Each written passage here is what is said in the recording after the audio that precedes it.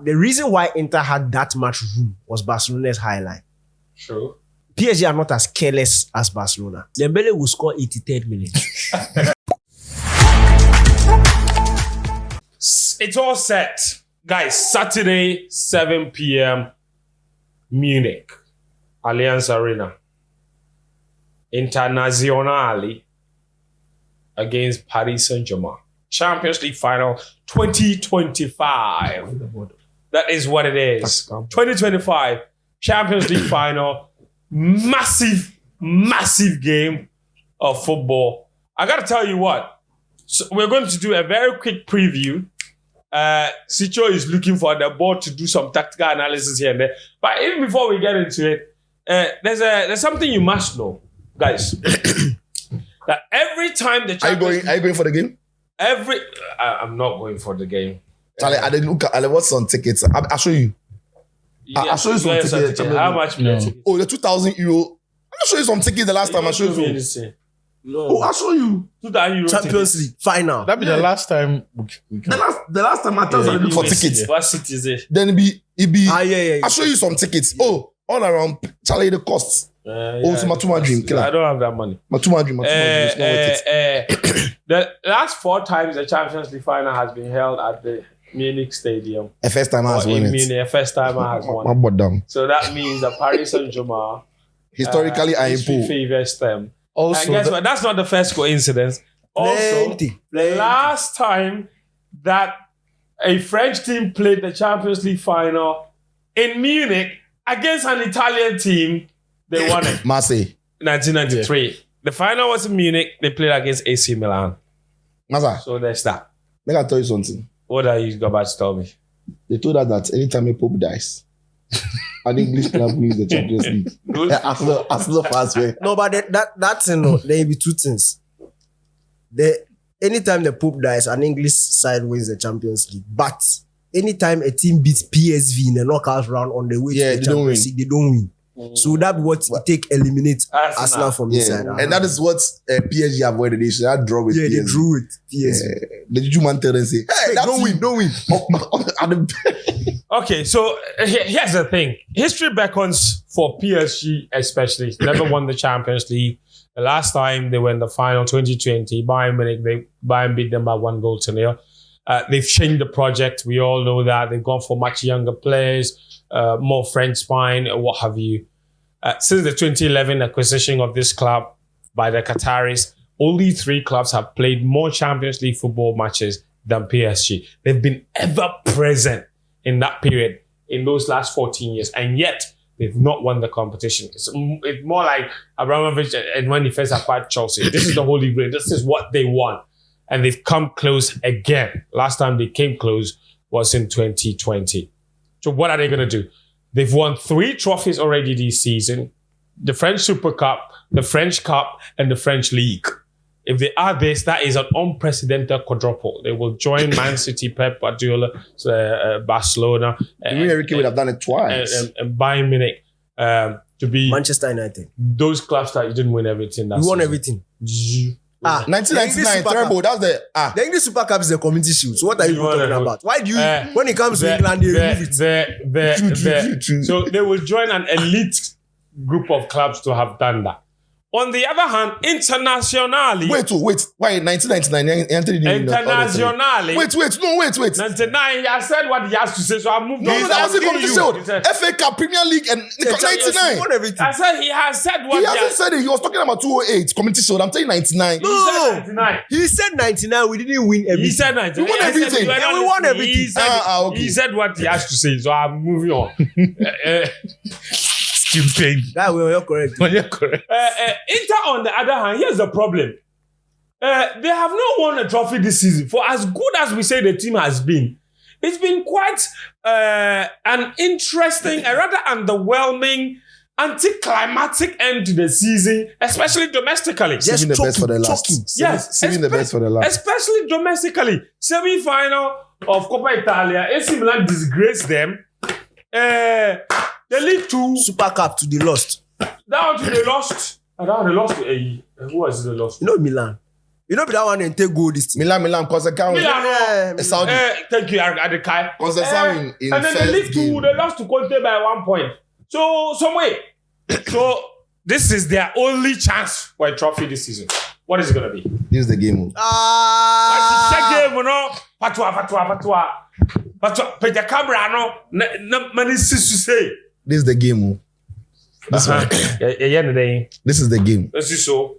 So Inter Milan are in yellow. No, Inter Milan are in the green. Inter Milan are in the green. And then PSG.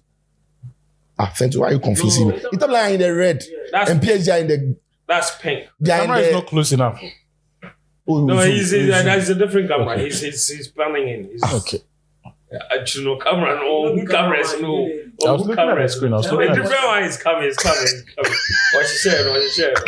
And to relax, why? So say our fat white short, no. Then you use it. It's going full.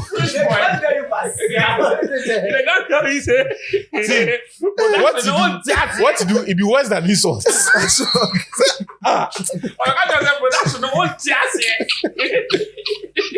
Before the camera goes through, we go take one shot. No, then the focus camera will do you right. Because wait, I get that.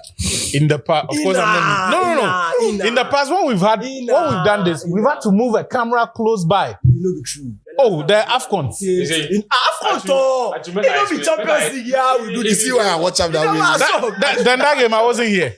I don't know. Actually, I think the main issue, the confusion was that you watch the screen. No. Also, the output he's watching is only from one, the white shot. Yeah. That the rest will come in the editing suite. It's not a live show with switches. Yeah. That's like, are you getting it? No, but you should know. We do this thing all the time. We do one shot to the you see why I watch out. Charlie, you don't try. But the times I've been here, we've had to bring the camera closer. Actually, you don't forget that. Let's go. That means acceptance. He accepts. No. You don't see how he still they look me. Continue. Charlie, yeah, so... What's the game ready? Yeah, game assets, yeah, pick it. My main share. So this is Inter Milan in red. Pink. And then, whatever. And then PSG are in what? Neon green.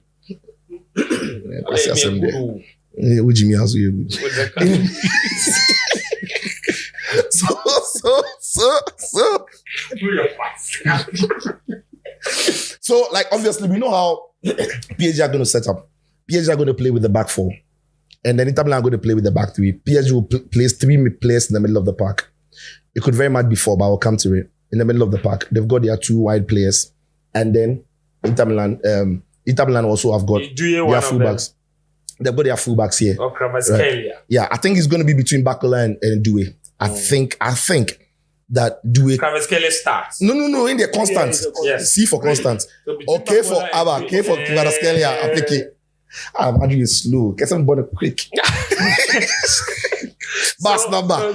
So the 2 that will compete for the other slot would be Bakola or Doué. Bakola or Doué, but I think Doué gets the nod. He's in the League One team of the season. Yeah. I think that we're going to see a very exciting final.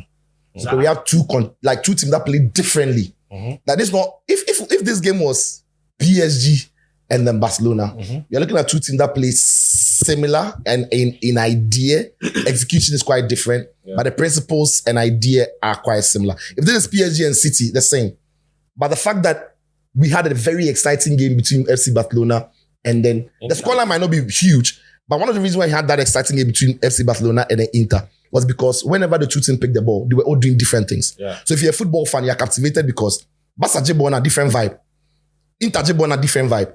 But if it is Inter and then PSG and City, it could be the same vibe running through.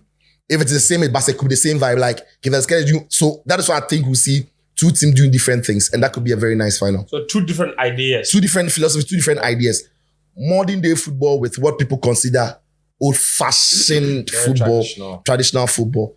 And we know that in the last 5 Champions League, we've had 4 of them finishing with only a one goal difference. Yeah. In fact, not even 1 goal difference, 1-0. If you say 1 goal difference, it could be 4-3, it could be 2-1, 1-0. It's been very close. City beats Inter by a goal to 0. Bayern beats PSG by a goal to 0. Chelsea beats City 1-0. Real Madrid beats Dortmund by a goal to 0. Like Spurs. Liverpool, Spurs, 2. That one was 2-0. The last minute penalty. Liverpool, Madrid. Liverpool, Madrid, Vini. One. So I think the difference, the only variation in that last five is last that year, last year was 2-0. Last year was 2-0. 2-0, yeah. Vinicius, yes. So that was it. So then I think that this is how the team is going to shape up. Now, a lot of teams have struggled to deal with PSG at the turn of the year from January because of some exciting things they do. But many teams don't have answers to what PSG are doing because of the way those teams play. Because when you play, and most of the team PSG have faced and eliminated have done the 4-3-3, 4-2-3-1, which means they have 3 players in the middle of the park. But with those 3 players in the middle of the park, their back line are not also necessarily free, or they don't think the risks that Inter's back line take, right? So the reason why, and I will say, the reason why I think that Inter have got the answers to what PSG would throw at them in some parts of the game, because in another parts of the game, I'm going to tell you why I think PSG have got solutions to what Inter posed to them.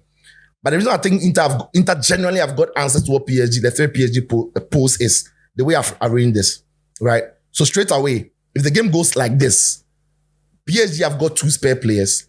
Inter have got 2 spare players. So PSG's 2 spare players are their wide fullbacks. Yes. But they are critical in the way the manager plays. Critical. So this is where Inter needs to be careful. Because all around the pitch, so Hakimi and Neves. and Nuno Mensch. The 2 of them. And then Bastoni here and perhaps Bisek or Pava. But I think Bisek gets the nod. Bastoni and Bisek. Now here's the thing. Inter Milan, they do a lot with these 2 fullbacks. They're not just defenders. They do two center backs, 2 wide center backs. They do a lot with them. And this coach also does a lot with them. 2 wide. In fact, we are likely to even see this a lot. Yeah.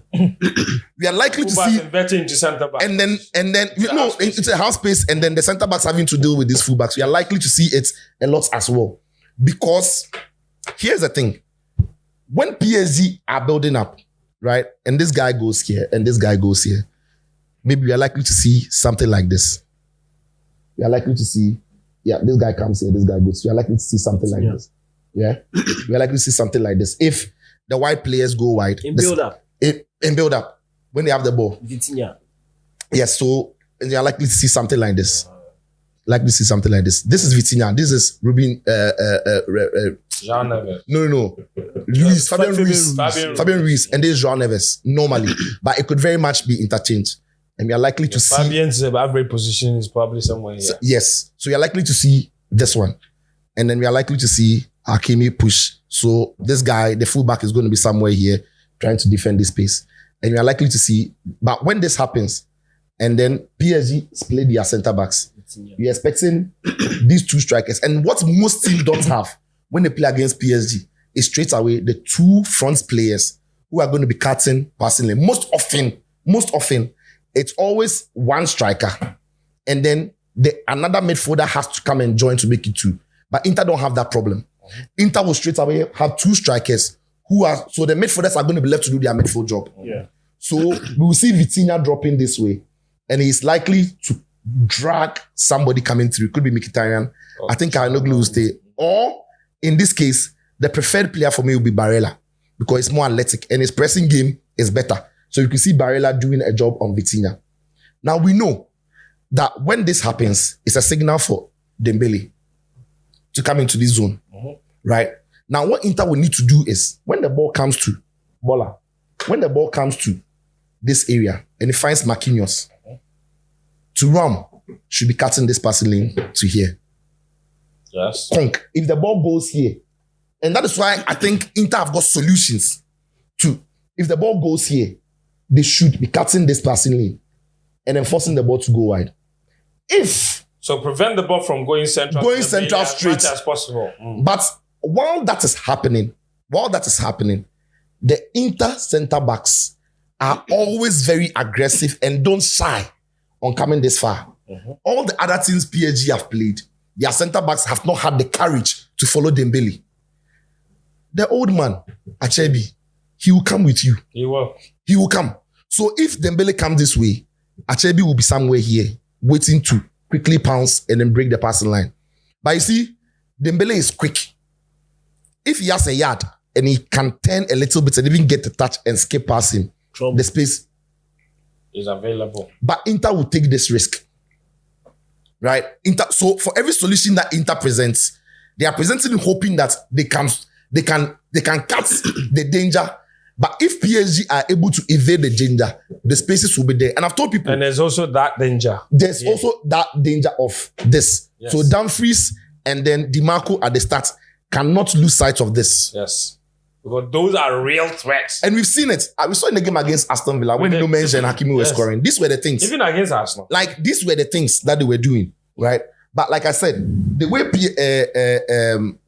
Inter Milan plays and the position that they pick and the fact that it's a 3-back, it sort of automatically has a remedy to... In fact, PSG's build-up is a 3-5-2 at times or 3-4-3. But the fact that Inter have got 3-5-2 means that they have the numbers in the middle of the pack to sort out the mess that PSG are able to cause to a lot of teams that play that typical 4-3-3. Because in the 4-3-3, when you've got your wide players here and then you've got your center forward person, if the guy brings the Vitinha brings the defender here, no, if Vitinha brings, so this will be the center backs, right? And this is another winger, this is center back, this is center back. Let's say this is your striker. If the striker is here and is pressing one ball, a simple pass here means that there's this channel for them to operate in.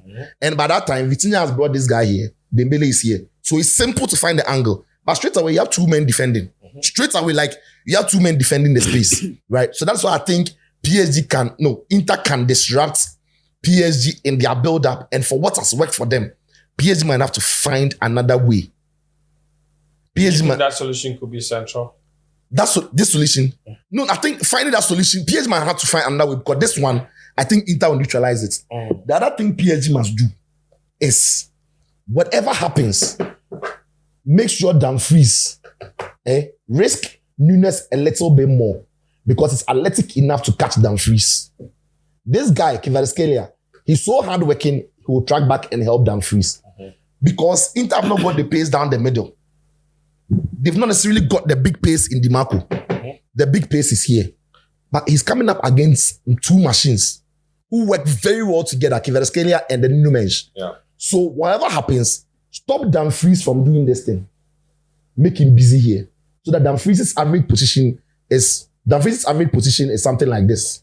Something like this. Then Bisek day here. Because if Dumfries has to defend Kvaratskhelia because it's on the line, it drags Bisek here. And the Nuno Mensch can always do this run. So Dumfries has to track it. The moment Inter are losing the Dumfries power in attack, it automatically takes something away from their game. It does. He's so critical to the way they attack. So stop him from having those free runs. Stop him from having those free runs by asking. And I remember there was a time where PSG were not risking Nuno Mensch a lot. He was very static at the back. Like, they bump forward. But there were senior... Arsenal game. Yeah, there were senior figures in that team that spoke to Enrique and told them, no. We need this guy to do more. There are times but we need him to do because he's so good in offense. And he's also improved his game. First, he was almost a liability in defense. Yeah. No. But he has really improved. One-on-one defense. Like, he's really improved. Yeah, and first, he didn't look like a player who has stamina. Right now, the guy can go and come. He can go and come. I used to think of him as only a wing back. But now I think he's a proper fullback. Yeah. So he can do that job so that Dumfries is so busy. Right? And the Kvaratskhelia can occupy Bisek because Kvaratskhelia has space. He'll be killer. You get it? As for the midfield, they will do them a body. That's where I was going. Yeah. Because as for the midfield, a lot will be happening on the wings. Yes. But the midfield three, yes, against each other, no. PSG seem to be the midfield have a bit too much. I don't think they'll have too much. Because Mkhitaryan, Çalhanoğlu, and Barella. Yes. Against Fabian Ruiz, and Vitinha. The thing about PSG's midfielders is that as good as they are with passing the ball shots and everything, they don't necessarily they are not dribblers. Vitinha is. I don't think he's skillful, but I don't think in the middle of the pack, he takes on, he's skillful with the ball. I don't think he takes on players as much. Right? He keeps the ball well. He has deft touches, sweet, sexy touches. They do here some way. Sessomba, Fabian Ruiz. So they are skillful with the ball. But I don't think it's like Busquets. Busquets is very skillful on the ball. He will take away a player or two. But he doesn't take on players and drive. Like on shorty players are. I'm saying that Inter have that in Mkhitaryan. Inter have that, in my opinion, in Barella. Mkhitaryan, his legs are going, if he runs playing by 55, but he's got a skill. So Inter would not necessarily take them, PSG would not necessarily take them on like that. They'll be looking for combinations. Where's the number 9? I can't find. In this. They'll be looking for. In this. Yeah. So they'll be looking for combinations. This guy will drop, this guy will come, this guy. But they don't dribble past people. João Neves is good with the ball. He can protect the ball, 10 ball. But he's not Kevin De Bruyne. He won't weave past you and then run. He's not Bernardo Silva. Vitinha can do that, and he does that. The Villa game, they had a similar problem with the front two. The 4-4-2 that Unai Emery started with. Yes. So it was difficulty in building up early on in the game. But he made an adjustment where Hakimi dropped. Yes. And it was free. So they will go out wide first and then come inside. So they will send Villa to Hakimi. And then the build up going through Vitinha straight up. It will go to Hakimi then into Vitinha. And then Hakimi continues and he's a free man. And then they can start in the middle. So the thing is, Villa were playing with 2 midfielders. Yeah. So there is space. But if it's going to be somebody like it's not like one-on-one marking. But for every midfielder, there's somebody. Yeah. That is why if there is, in a space he can go. But if he has to weave through somebody and everything, he's got a skill, he can do it. But I don't see him as, I don't think it's a Bruno Fernandes. Okay. Like he's not Bruno Fernandes, he's not Kevin De Bruyne, he's not Iniesta. You know Iniesta style. Yeah. Iniesta will dribble you. He's got some of that in his, but I don't think it's necessarily that. So I think that he would rely a lot more on combinations. But what will work for PSG even more will be the freedom of Kvaratskhelia. Okay. And do it on take-ons and quickly. Those things, you don't plan for it. It's like when Lamine Yamal is playing, you don't plan anything to cage him anywhere. That's individual brilliance. PSG would need to rely a lot on that. And I love that thing about Luis Enrique's team. When he was in Spain, I always thought he was limiting a lot of his players. Yeah. With the Spanish national team. In the Spanish national team. But in this team, the team is disciplined in keeping the ball. Yet, when it gets to some specific players, they have the liberty to do what they want. So this guy, Kvaratskhelia here, counting a lot on his do it. He will be crucial for PSG in what he will be able to do on his own without the system. Right. Of course, he will play in the system, but what he will be able to do on his own without the system. That kid that you are holding, that Dewey kid. Yes, but ultimately to wrap up, PSG are not great when they are defending against 2 strikers. They are never good at physically. it. That's a waste of confidence. Like even now, I think that now throughout all the academies, defenders are being trained to defend against 1 striker. Because they play against another team that is playing 4-3-3, 1 striker, false 9. So they've not necessarily grown having to communicate to deal with. So almost every team struggles to deal with 2 strikers. I think that's Marquinhos and then Paco. They'll struggle to deal with these 2 strikers. But what will win the game for Inter Milan, for me, will be their experience and their gamesmanship. Yeah. When you saw them play against Barca, everybody was saying that 50-50 balls, the referee gave it to Barca. The referee didn't give it to Barca. Inter won those fouls some way. The way they will fall, the way they will pull their tongue for the player to push them down, the way they will disrupt when you have momentum, the way they will win, they will take some fouls. There are some little things that this Inter team have got in their locker. When you are watching, you are angry, but it's experience. Yeah. Those when PSG are in control, I think they have what it takes to stop them. But Aquano, Inzaghi, he must effect his substitutions early enough. Mm-hmm. That is what almost killed him in the game against Barca. When Mkhitaryan was done, you should have taken him off early enough. He delayed that. In the final, I can't afford it. But the time can give him some 60, 65 solid minutes. Even Kanoglu, 75 solid minutes. He must trust his bench. And that's why he's delayed. The reason why Inter have not won the league and Inter didn't win the cup, as good as the Inter team is and as good as they have quality on the bench, Inter's bench, when Inzaghi has made changes, has failed him throughout the season. People have not paid attention. Fratesi, Zielinski, Aslani, Carlo Augusto, and a lot of the players who came, Tarami, Correa, Arnautovic, when he's rotated the squad to keep the squad fresh for Champions League, they've dropped a lot of points. Yeah. Right? Because a lot of them they didn't necessarily play at the level we thought they would play. But thankfully for him, in the last 1 month, all his French players are balling. We saw it in the game against Barca. Yeah. We saw it in the last 2 games of the season. Right? So now we can depend a lot more on them because now, at the start of the season, in the middle of the season, they were badly out of shape. Mm-hmm. Like, I couldn't even recognize Zielinski. Carlo Augusto on or off.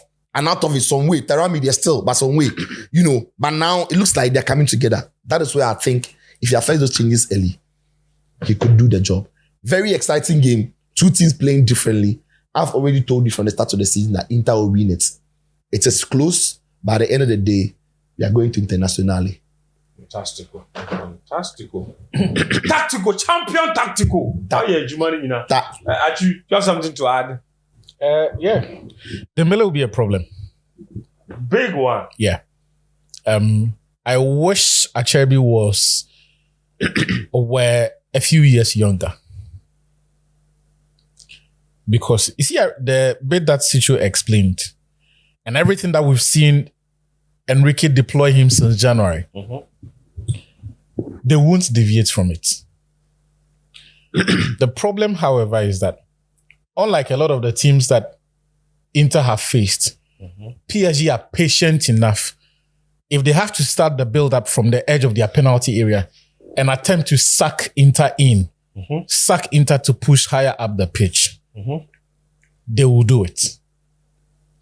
Now, that would mean Dembele receiving the ball in exactly the zone that Sicho has described. If I'm Enrique, if I am Dembele, the instruction to my teammates is, I want to draw as many fouls as possible in the first 20 minutes. So hits the pass in a manner that I can take it on the turn and draw a foul. At Acerbi's age, he has 2 options. One, my first concern is Acerbi can't go with him like that for 90 minutes. He can't chase him every time to the center of the pitch like that or even the edge of the D, that arc for 90 minutes. He hasn't got the legs. He hasn't got age on his side. And even if he is in optimal condition to do that, there is a very simple tactic of drawing fouls from him or provoking fouls from him. And he's not dealing with a center forward who has to use his instincts and maturity. He's dealing with a winger who is trained to dribble out of every scenario. And this one, the solution is very simple. Receive the ball on the turn and invite him to go with you. He's going to leave him behind a few times. What he will. And he will leave him behind almost every time, except that Acerbi is a very clean tackler of the ball. So you may get past him, but he may emerge with the ball. He can make clean contact with the ball without always fouling him. But as much as possible, the instruction for him has to be drawing some contacts and forcing a foul, because if he gets booked in the first 30 minutes of the game, his game is done. He won't follow him into those zones. He will try to pass the responsibility step away from so he will try to pass the responsibility on to his teammates. Now, that left back, that left side of the Inter defense is where I think PSG will find some joy. Can find some joy. Look, the right side, I have 1,000,000% faith in Bisek and Dumfries. There are things you can't legislate. One of my favorite players. Yeah. Like, in the modern game right now. Yeah. Look, there are things... Solid guy. Just goes about his business. There are things you simply can't legislate for. Kvaratskhelia is an elite winger, possibly the best left winger in the world now. We see one Sulia. By the time the game go end, Chalina, why yawa back home? So those ones, Ide. And he's playing with the best left back in the world at the moment. No. So whatever your plan is... No, mensch. Fantastic. Whatever your plan is, by the time I am now with you back home. And if you combine the two of them... Charlie, no, you don't talk about your English. With the two of them combining on that flank, it's almost inevitable. So I will not judge them by how many duels they lose, but how many times they get it right. The issue of they being Dumfries being forced too wide and then Bisek being invited to go, I think it's proven that he can handle his own, especially Bisek. Right. So I will trust that he will get it right.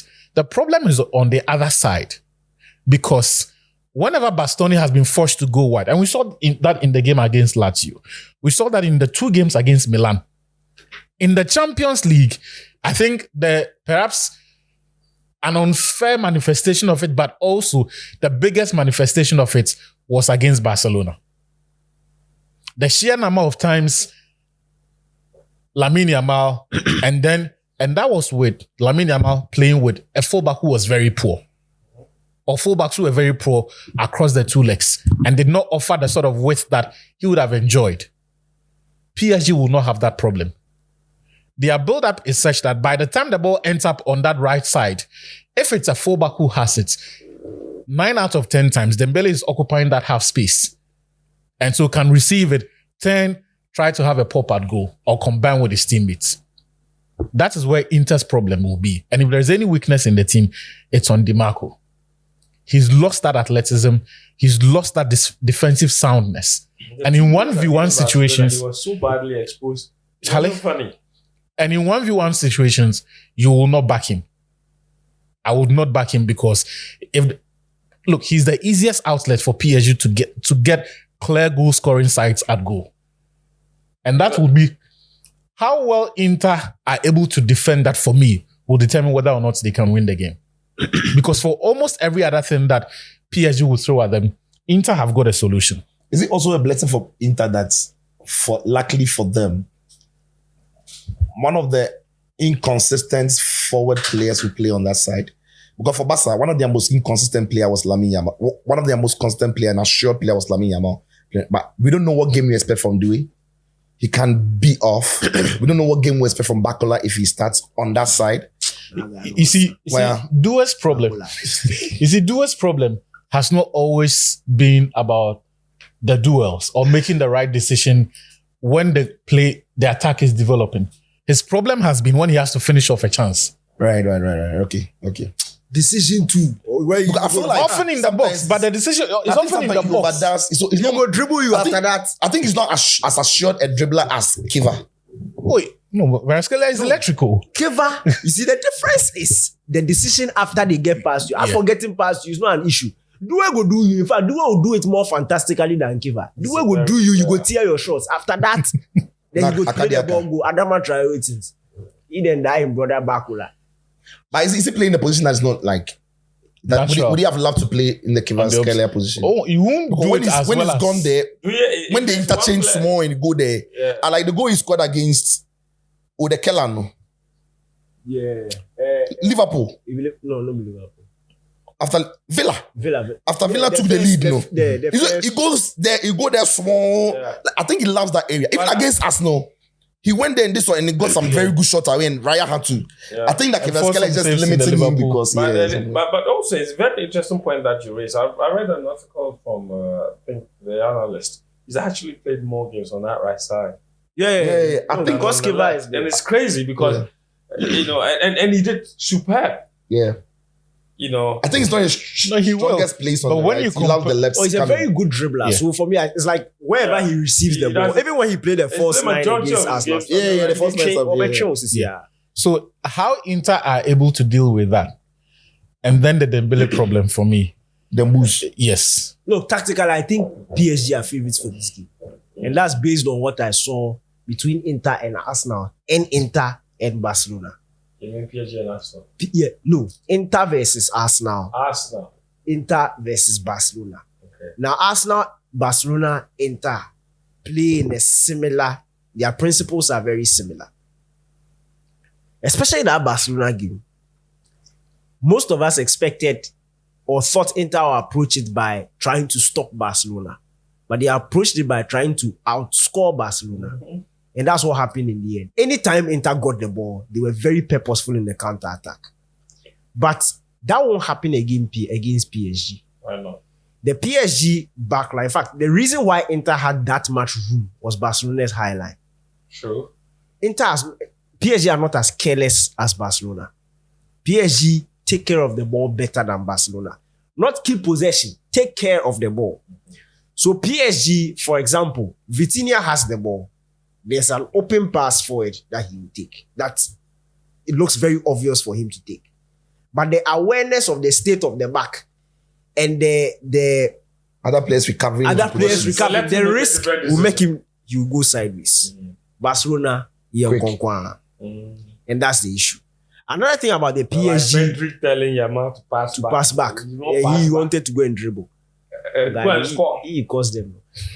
The back line of PSG is constantly changing throughout the game in terms of how high or how deep that they drop. Mm-hmm. So they are not going to be hugging the touch line and waiting for you to hit the ball in behind. We saw them adjust against Liverpool. They sat deep. In fact, against Arsenal at home, they sat against very Villa. Deep. Against away. Villa. They have that dynamism in terms of their line. So Inter will have to keep the ball better when they have it. Because PSG also have the tendency of allowing Inter to come at them. Mm-hmm. And we don't know Inter to be that team. That team that picks up the ball and is able to carve chances open when they are in possession. Sustain attacks. So that's where my issue lies. I think PSG have a bit more dynamism. And we saw Arsenal and we saw Barcelona with possession, able to pass Inter and create spaces and overloads and in terms of creating chances at the end of those sequences. And I think PSG can do that. We've seen how Sicho has smartly illustrated what could transpire on the left-hand side of the PSG attack in Nuno Mendes and then Kvaratskhelia. But personally, I think the danger will be on the right-hand side. What I think Luis Enrique will do, and you know he's my guy, we go way back. What I think, he's my guy. Just say we know the see but we share notes. What I think Luis Enrique will do. Yes, Dembele will have a free roll, but I'm very sure Dembele will be going towards Desiree Doué's side. And because they can be interchanging through her. Because Arsenal and Barcelona show the weakness of that boy there, Di Marco. And you see, it's not like your friend is saying, it's not like Bastoni is weak. He has too much to do. That's the issue. So if I'm thinking that Dembele will drift more to the right-hand side often, and we'll see a trio of Desiree Doué, Dembele, and Hakimi. That's dangerous. Drawing Inter to that side and creating space. Barcelona did it very early in that game. And Inter quickly had to adjust by asking, first of all, it was Bastoni to come and quickly double team, but that was even leaving space in the middle. So then we started seeing Pedri a bit more in the game. But with this PSG side, because they take very good care of the ball, we could be watching that sequence for about 5 minutes before it actually strikes. Right. We could be seeing them overload that area. Because even Arsenal did it with Odegaard Odegaard didn't play that game. It was Saka, Havertz dropped to that, I forget. But it was 3 people on that side. And Arsenal created lots of their chances from that right-hand side. It's just a finish that was lacking. But with PSG, we could see Doué, Dembele, Hakimi hovering around that area, passing the ball around. And because they take very good care of the ball, you see, in as much as Inter press, they are not as aggressive and they can't sustain it for long. No, they're not as aggressive, yeah. So they may try, but once PSG get the rhythm going, it will be easier for PSG to pass the ball around and wait for that perfect moment. And that luring of It may not even take Desiree Doué having to go one-on-one with DiMarco. It's just the ability of those men. And because the danger they have, they will by all means draw. And when they draw the spaces in there, the Fabian Ruiz, the Kvaratskhelia, they have that ability to enter the box and cause trouble. You never know when the melee will even leave there and sneak back into the box. So for me, when I look at it, I've seen Inter play teams like this in the Champions League this season.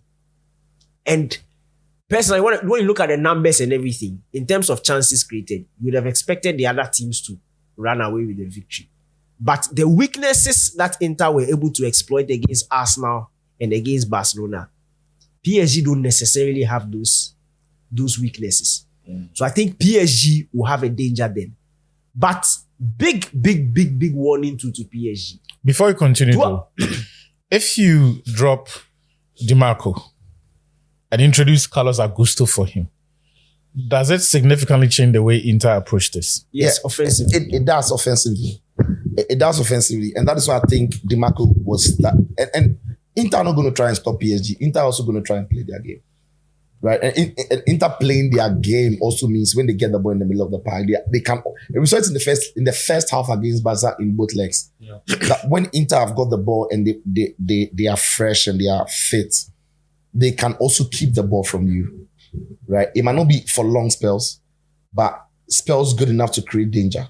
Those three midfielders together with those fullbacks and even the front men, they combine very well when they are keeping the ball. And Inter throughout the whole of the season have never been behind for long. No, they've only been behind for 16 minutes the entire season. Yeah. And throughout the game against Barcelona, like 16 minutes the entire year. I was blown away. 16 minutes, 16 minutes. Even if you score, they've not been behind. 16 they are minutes. The rapid response unit. Think about it. Against Barcelona by the two legs, they went behind only once. Dembele will score 83rd minute. It's what? No, make you no slack. Make you no slack. Make you score at the Begum. Make you score. Then go add 5 minutes. Make you score 90 plus 4. I beg him. 90 plus 4. Because if you score 83rd minutes, something will happen. 2 more time. I found that stat fascinating. Yeah. No, but the whole season, they've only been behind 16 minutes. That's crazy. And for a team that is known to be reactive, to be that much in control of games is almost ironic. For me, I've always said that. It almost means that at any moment you score against them, the minutes following that, you are not. And the thing about Inter for me is, like I said before, I think I said it here, people's perception about Italian teams, Inter, they defend great. I don't think Inter defend well when they sit deep. No. I think when Inter play their game and they are a bit more open, they are not as open as PSG and Barca would be. Mm-hmm. But when they are a bit more open, like we saw in the game against Barca, in that first half, they didn't necessarily sit in deep. Their entire game is built around, like the word we used today on the show, short circuiting you. Yeah. Stop the attack in the build-up phase. Yeah. And then they control it. Yeah. What's your big warning to PSG? Let me go. Physicality. The only times this season we've seen PSG uncomfortable, the other teams make the game physical. Arsenal did it. Aston Villa did it. Even Liverpool, when that Darwin Núñez change, Route 1, having to defend one-on-one duels. And I never take my name. And I say Elliot Entalota. Yeah, go to say Elliot. Slotto. No, but that Twitter, you know the reactions I get for that Twitter. I think the whole year it be he get reactions. Wow, because it was right on the money. It go everywhere. The UK boy, the Liverpool boys, then think so. I told you, mate. Elliot, play Elliot. Yeah, mate. It was right on the money. I'll say it's fucking obvious, man. Elliot is the guy. Fucking obvious. The feeling.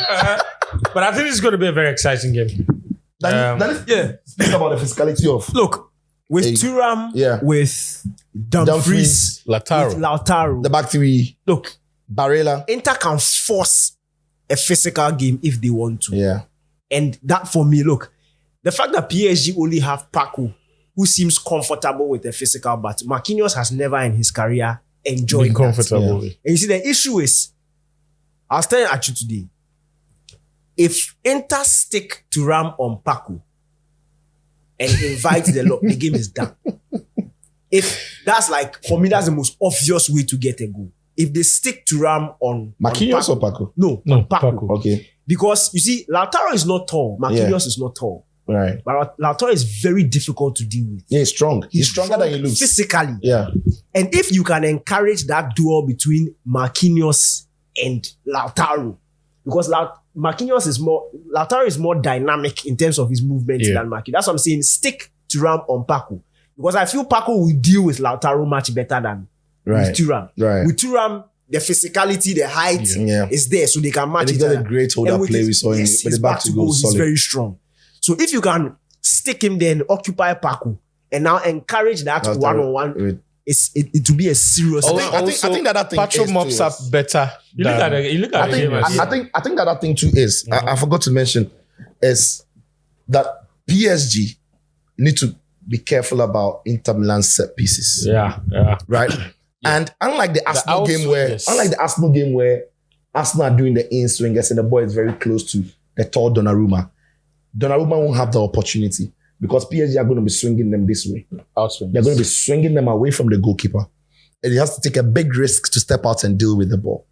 But we saw Arsenal against PSG, right? That apart from corners where they kind of managed to deal with because it was in-swinging towards the goalkeeper, right? Mm-hmm. And maybe largely because they missed Gabriel and, and all of that.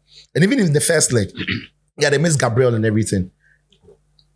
They struggled to deal with throw-ins from the Ghanaian Thomas Partey when the goalkeeper had no opportunity of claiming it. Yeah. Right? And so that when Danny mentions physicality and all of that, I think that also counts. And we saw in the game against Barca what Inter Milan could do with set pieces, especially in that first leg.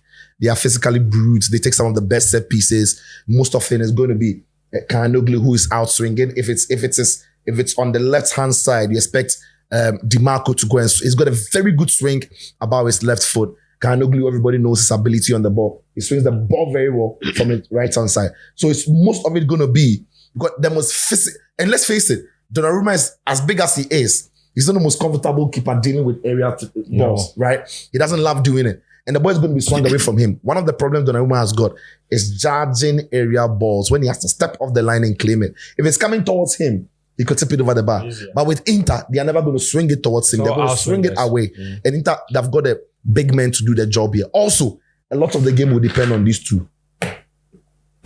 They'll be very active. Yeah. Very busy. The two goalkeepers. Anyway, so that's that. Guys, our quick preview of the Champions League final. Let us know. I think this episode will go out Friday night. So let us know. Thursday, so that they can you enjoy it. Thursday. So no, this one should go Friday. Champions League Thursday night or Wednesday. It shouldn't go right now. I went the Champions League. It is this go. Hey. What will be beyond? In that 10-15. I miss my wife. Oh. So this episode will go out on Friday. So enjoy it the whole of Friday, the whole of Saturday. And then obviously let us know in the comments what you think. And then when the goal is going on, when the game is going on as well, or even after the game, come back and comment. Let us know what your thoughts on how the guy said the goal. Who did you say was going to win? The game was going to go. We didn't predict. What did you say was going to win? I want Inter to win. I mean, you be Italian man. So. I want Inter to win. You said PSG? No, will be agenda based. If PSG win, the likelihood of them really collecting the Ballon d'Or will be high. Yeah. So Inter for win because they don't get any proper candidates. Then Mbappe will go Club World Cup, they will win. Chop Ballon d'Or. They will win there. No, but as for the nations, we discuss that one. Yeah, we discuss that one. I will talk to the show. Episode of Mallam Goal Podcast by Bestway. Thank you so much for listening. We appreciate you. Share, like, subscribe on the Apple Podcast, Google Podcast. On YouTube as well. Leave us a comment and then put the notification bell on so that you get new episodes the moment they go up. Thanks so much for watching. We're back again next week.